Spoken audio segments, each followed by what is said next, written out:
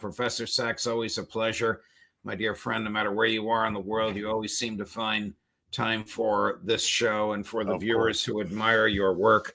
You may very well have changed the course of history with your comment at the Cambridge Student Union a few months ago, which resonated with the president-elect who posted it, and which obviously had some kind of an effect. Prime Minister Netanyahu has declined to attend President Trump's inauguration. I don't know if he's afraid to fly here, afraid that his plane may have to land somewhere where he could be arrested. But clearly, the criticism that you leveled, so soundly accepted by so many people around the world, was embraced by the president and used as a negotiating technique. So now, if there is a deal to release Israeli hostages and to release Palestinian hostages, Joe Biden will take credit and Donald Trump will take credit. I'm talking to the man who caused this to happen. No, but I would say that if there is a deal, by the way, it shows that there is leverage, that the United States doesn't have to follow the foreign policy of some other country. The United States can follow its own policy. If there is a deal, this is Donald Trump's accomplishment. Joe Biden, I'm sorry to say, for years has just gone along with what other countries have told the U.S. to do. And this ceasefire should have happened a long time ago. If it comes, and it should come, it is coming through pressure that should have been applied a long time ago.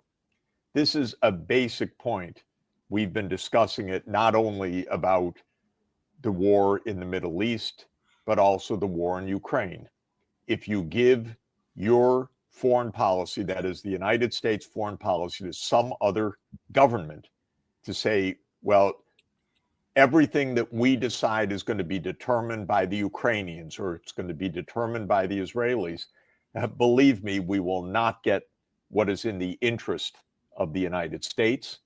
And by the way, we won't even get what is in the real interest of those other countries. We'll get what is in the interest, perhaps, of a few politicians in those other countries who suddenly have the U.S. at their beck and call.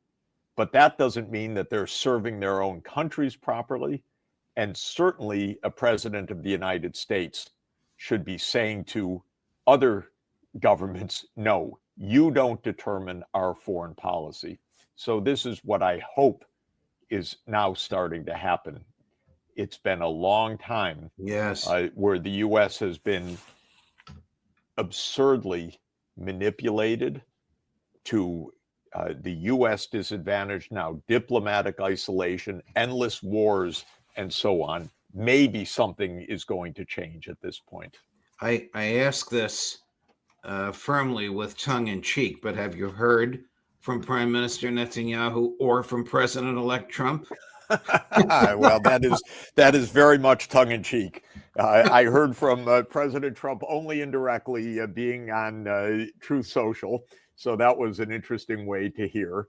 I did not hear from Prime Minister Netanyahu, although I did hear from one of his ministers who roundly attacked me following an interview that I had with Tucker Carlson. And I responded. I was happy to respond in the Israeli media that the things that I am saying are not even against Israel. The criticisms that I'm making are against a government that is not serving the purpose of its people and is a disservice to world peace. And that, unfortunately, has been what Netanyahu has been for a very long time. What you said was to articulate the observation, the truthful observation, that Netanyahu personally has been behind every war the United States has recently fought in the Middle East, as fruitless, useless, and destructive as they have been. and that he is a deep, dark SOB. And that is the part that Trump posted. So he was obviously sending a message to Netanyahu. I may be Israel's best friend, but you're not going to tell me how to run, unlike you do with Joe Biden, how to run American foreign policy. And for that, when did you say this? When was the talk at Cambridge? It was a while ago. It was 2024, Yeah, was it not? it was in 2024. I don't remember exactly the dates. It was a quick visit through the UK, so I had a chance to go to Oxford and to Cambridge and to meet with students there, and they were interested in foreign policy. Why are there so many wars? Why does this danger continue to escalate? And that was the context in which I spoke. But we do know a lot now from participants in the Iraq War. We do know how Netanyahu came and was a great cheerleader of this war. We do know, unfortunately, the role that the Israel lobby played in stoking that war, a war of false pretenses. We do know, unfortunately, again, of a basic political strategy that dates back to a document called Clean Break in 1996, when Netanyahu first became prime minister in Israel, with American political advisors tightly linked with the American political system. And the clean break was the break with the international process of land for peace. In other words, the idea that there would be a Palestinian state alongside Israel as determined by international law, and that peace would come in that context. And what Netanyahu came to power determined to do was to prevent a Palestinian state. This was against international law. This was a claim of territory that Israel would continue to rule over millions of Palestinian people. But his assertion was, we can do this because we will, with you, the United States, I should add, overthrow governments that support the opposition to our policies. And when Hamas or Hezbollah or other groups fight Israel, well, the governments in the region that support them, we will overthrow them. You should go to war with them. That was the idea. What an idea. Instead of saying there should be diplomacy, there should be an agreement based on peace, Israel said, no, we will have it all, and you will go to war so that we have it all.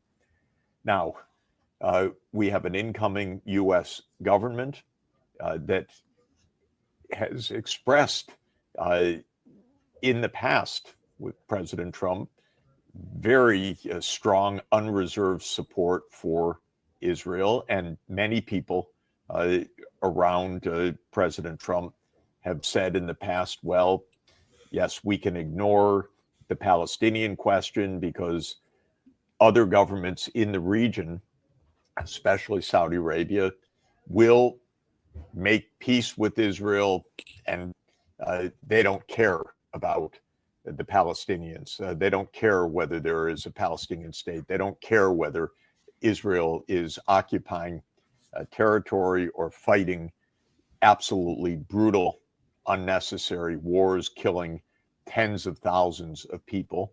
They don't care. But that's false. What President Trump is going to find, and I think he knows this, but what he's going to find when he comes into office in a few days is that the Saudi government, which is an important ally of the United States, is saying absolutely clearly, we can have peace in the Middle East. We can, of course, have normal relations with Israel. We can end this bloodshed, but it requires a state of Palestine living in peace next to the state of Israel. This is what all of the world has been saying for years, except the government of Israel under Netanyahu and the United States government, which under Biden did every single thing that Netanyahu said. And so we gave up our foreign policy. Israel under Netanyahu pursued a radical foreign policy. War has spread. Netanyahu was betting that when President Trump comes in, not only will the war spread, but the United States will go to war against Iran. That's the last one on Netanyahu's list that the United States hasn't fought so far. But what President Trump will hear from every country in the region, from the Saudis, from all of the countries in the Gulf, from Egypt, from Jordan, from the new government in Lebanon, from Turkey, and from Iran. Yes, from Iran. I know it because I hear it directly in my conversations with the leadership of that country. There can be peace. There can be normal relations with Israel, but only with a state of Palestine alongside Israel so that the region can go to peace. So this is what I'm really hoping, not just for a ceasefire in the next days, which would be wonderful news, but true peace in the Middle East. And I would like nothing more than a tremendous success of President Trump at the start of his administration to help guide, for the first time in decades, a real peace in the Middle East. But it requires that the United States exercise its own foreign policy to say to the Israelis, whether you like it or not, international law, the UN Security Council, the UN General Assembly, the G20, the BRICS, the Arab League, the Organization of Islamic Cooperation, the whole world is saying we want peace, no more of these wars on behalf of an untenable Israeli policy. If President Trump will do this, this would change history for the good. This would make the world tremendously safer. This would achieve peace in the Middle East. And it's not impossible that this could happen. We may see a historic change sooner than we think because ministers Ben-Gvir and Smotrich are threatening to resign from the Netanyahu government. As I understand it, that might bring him under the 61 votes he needs in the Knesset, which will collapse his government and force elections in Israel. People should understand who Ben-Gvir and Smotrich are. They are not only core to Netanyahu's government right now, they are complete extremists. They are the ones that say, without any scruples, without any recognition of international law or any morals, as I would say it, we will control everything.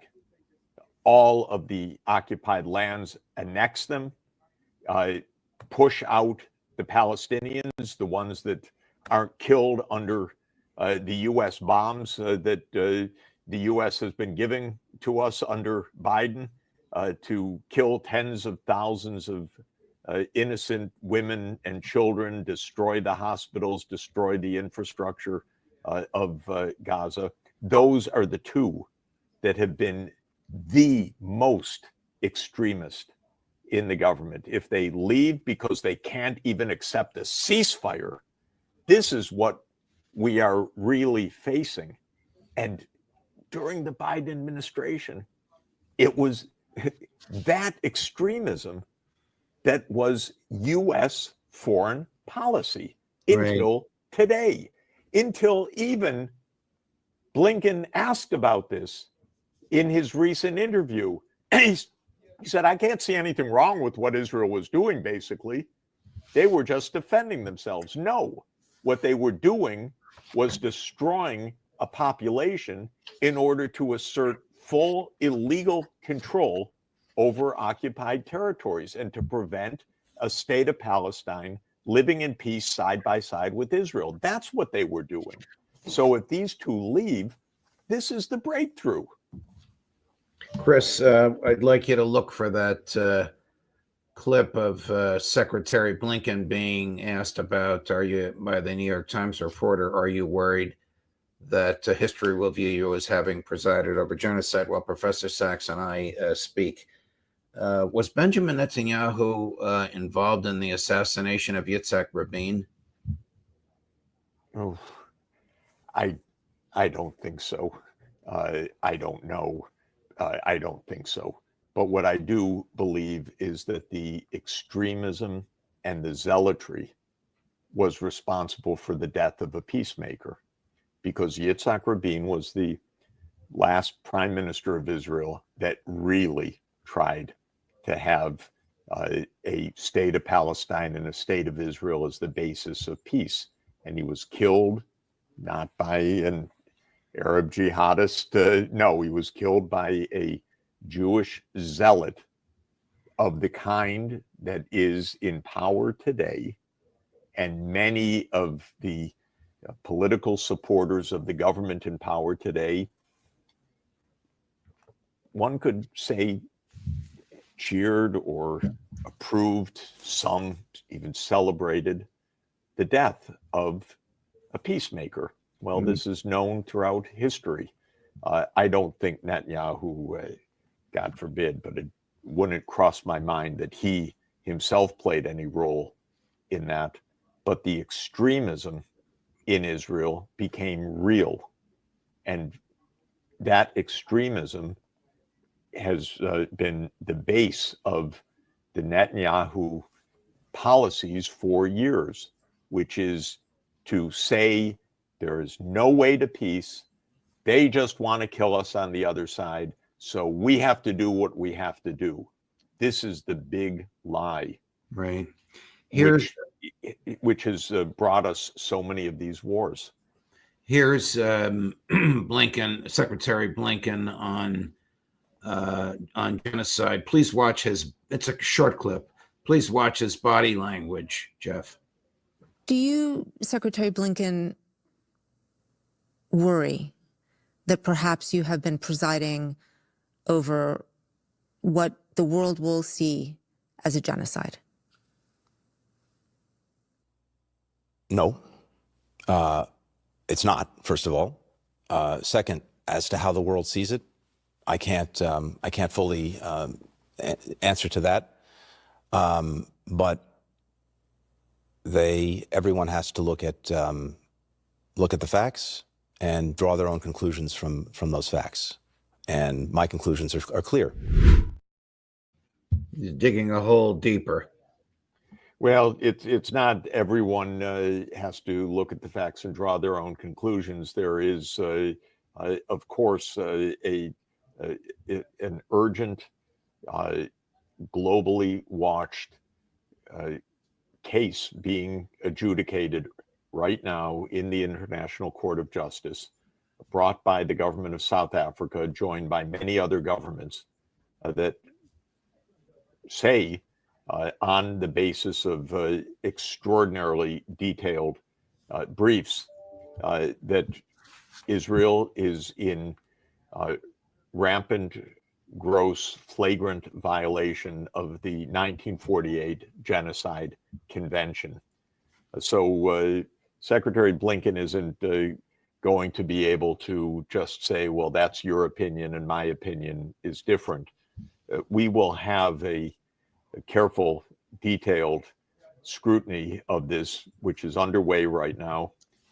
It's shocking to read the briefs that have been put in on this issue, because they are detailed, they are harrowing, they are extraordinarily unpleasant to read, describing the intentionality of Israeli leaders to make Gaza completely unlivable, the celebration of Israeli Defense Force troops posted on TikTok and others as Gaza is destroyed, the targeting of hospitals, schools, clinics, mosques, water supplies, power, basic infrastructure, the denial of the most urgent relief, food supplies, medical supplies, the lack of anesthetics as surgeons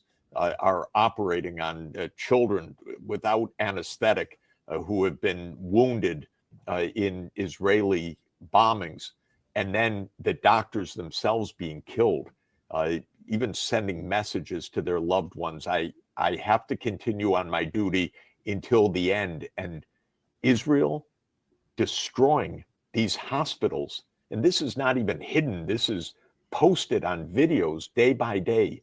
So no, Antony Blinken, it's not true that, well, you have your opinion and someone else has some different opinion. There is evidence. This is happening before our eyes. This is recorded. This is collected and collated. This is being reviewed by the justices of the International Court of Justice. This is a real charge. This is not some word that's being bandied around. This is about a violation of the 1948 Genocide Convention. I believe that the court will rule soon. If it does rule that Israel has committed acts of genocide, and it's quite possible that it will, one thing is also certain, and that is that the U.S. leadership, including Blinken, including President Biden, including Jake Sullivan, including other security leaders, have been complicit in these actions. This is what is shocking for me as an American. What Israel does, I find despicable in this context. The fact that the Biden administration, to this moment, as we just saw from Antony Blinken, said, nope, I don't see the harm there. That, to me, as an American, is an unbelievable abnegation of responsibility. Here's what the highest ranking person to resign over this from the Blinken Department of State told 60 Minutes 2 days ago, cut number 10. Most of the bombs come from America. Most of the technology comes from America, and all of the fighter jets, all of Israel's fixed-wing fleet comes from America. There is a linkage between every single bomb that is dropped in Gaza and the US, because every single bomb that is dropped from an American-made plane. These Israeli airstrikes, you could say, are made in America. They are. True. Israel could not fight one day without the United States funding, arming, providing diplomatic cover, using its veto in the United Nations, providing intelligence. In other words, complete and total engagement in what has happened. We don't really know, and I think we will find out more, whether President Biden has even been of the state of mind to be president during this period fully. He is in responsibility. I don't know who's been making the decisions, but the decisions that have been made have been to allow Israel to do what Netanyahu has said. And while there have been murmurs of unhappiness or concern expressed by Mr. Blinken over the past months, those concerns have meant nothing in practice, because the U.S. has given a blank check. It's been Blinken who has certified that Israel is operating within international and American law, a false certification. So the complicity is very intensive. It's not a casual complicity, it's a deep complicity. Professor Sachs, thank you very much.